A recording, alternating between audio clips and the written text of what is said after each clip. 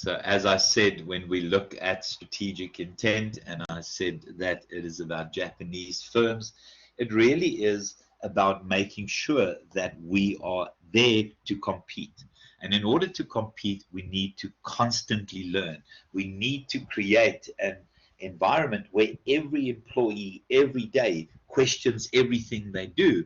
And in questioning everything they do, it is about making sure that they are doing the best at that particular point in time. And organizational learning underpins what is the essence of your strategic intent. And I love this strategic intent, the seemingly impossible goals, the seemingly impossible goals. I always think of the kinds of stories around running a 4-minute mile and how long it took people to break the 4-minute mile barrier. And that impossible goal now is dated, and people now run, sub 4 minutes all the time. I always think of what happened when athletes break new records and set new heights in terms of records, etc. So for me, someone like Wade van Niekerk, I mean, when he ran that 400 meters in the Olympics, the previous Olympics, it broke the record by such a significant amount that people stood and paid real attention to this kid that has run at this immense speed. But that is what it's about. These impossible goals that we keep setting ourselves. And in terms of Wade van Niekerk's numbers, I mean, ridiculous what he ran at the 400 meters in back then. It set such a new level in terms of what an impossible goal is. But that will be broken again. That record will be broken again. Any other athletes that set impossible goals that other athletes are chasing? Anyone you can think of?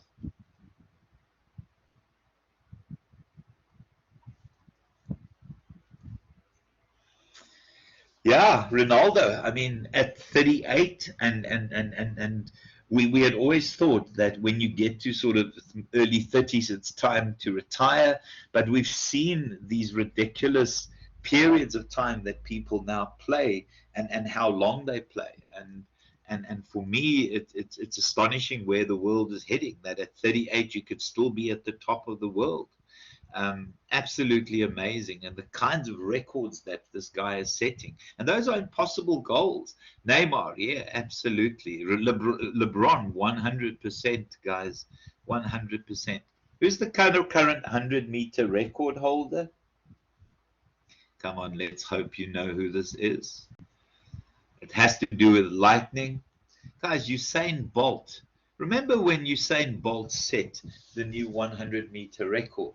It was such a significant advance in terms of where we could actually see ourselves going in the future.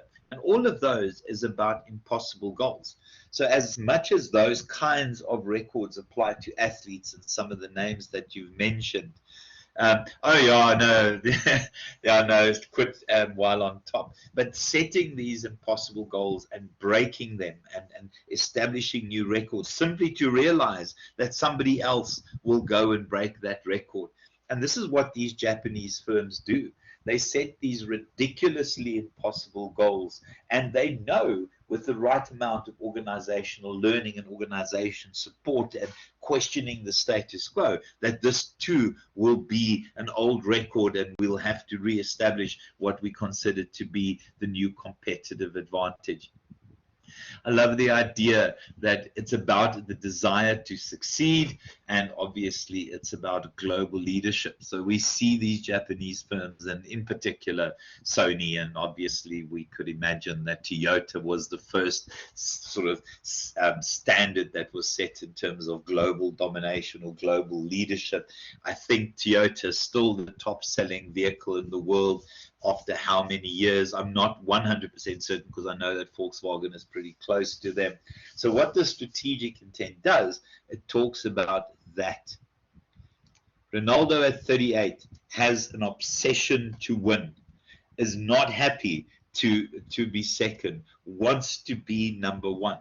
it's a bit like, and I'm not going to make predictions about the women's cricket World Cup final tomorrow, but it's a bit like the Australian female cricket team.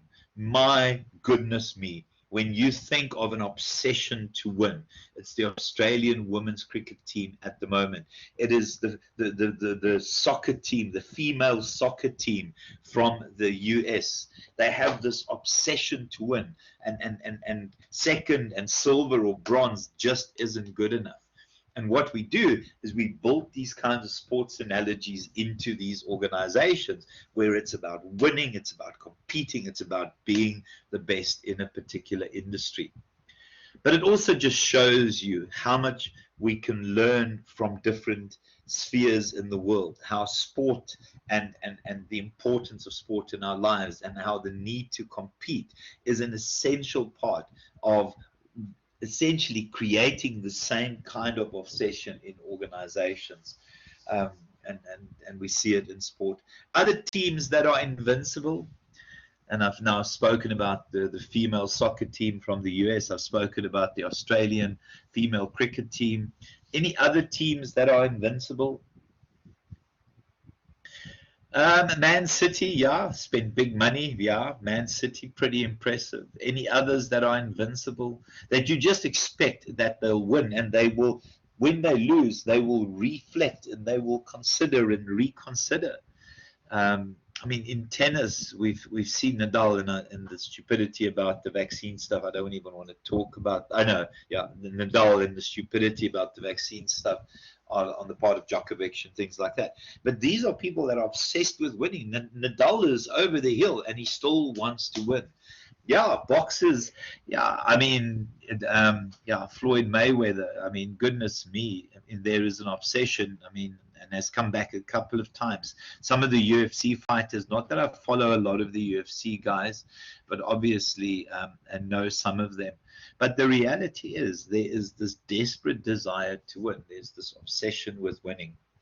And unless you have that in a sports team, you're never going to go anywhere. And what these kinds of organizations do is they stick it into their and they stick it into their philosophy in terms of how they operate.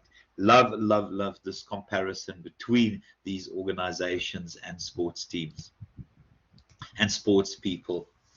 Guys, so in terms of strategic intent, there are a couple of things, and you're going to hear this term often, this essence of winning, that we are not here to be second best, that we are here to get products out first, that the quality will be impeccable, that our market share will be significant, and that we will outperform anything else in our industry. I mean, it's a kind of need to be the best that these Japanese firms instill in their people. To make that happen, every employee has to buy into it. And I think part of those kinds of selection processes, unless you are an ultra competitive person, you don't survive in these organizations.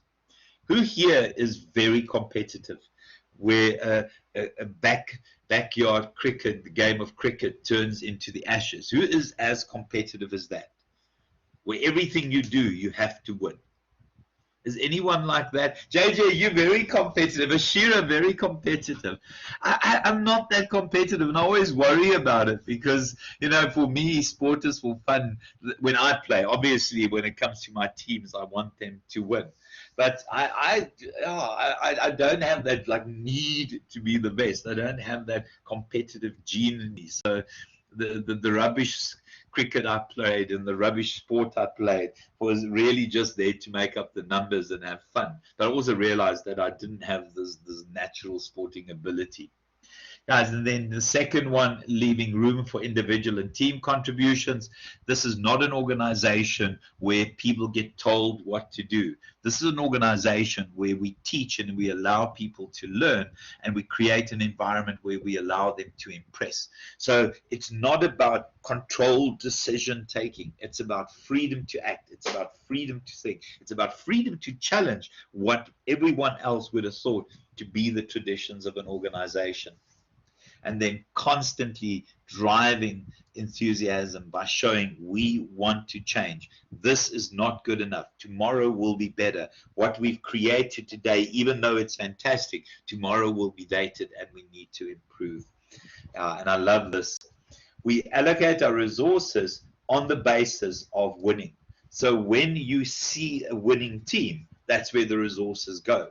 And you create this internal competition because that's where you want your focus to be.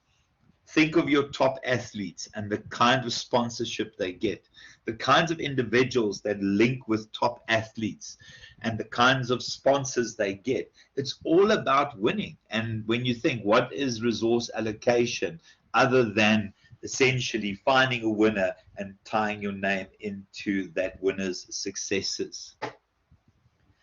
I just, for me, it's again the sporting analogy thing that is important. It's Tiger Woods at the top of his game. Tiger Woods back in the day. Can we just say that? I mean, the kind of sponsorship. It's Michael Jordan.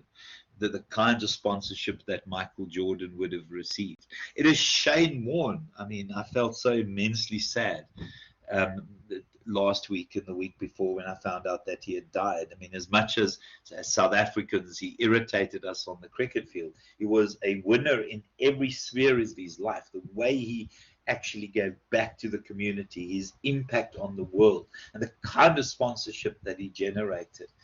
And then also just in terms of winning, we don't launch average products.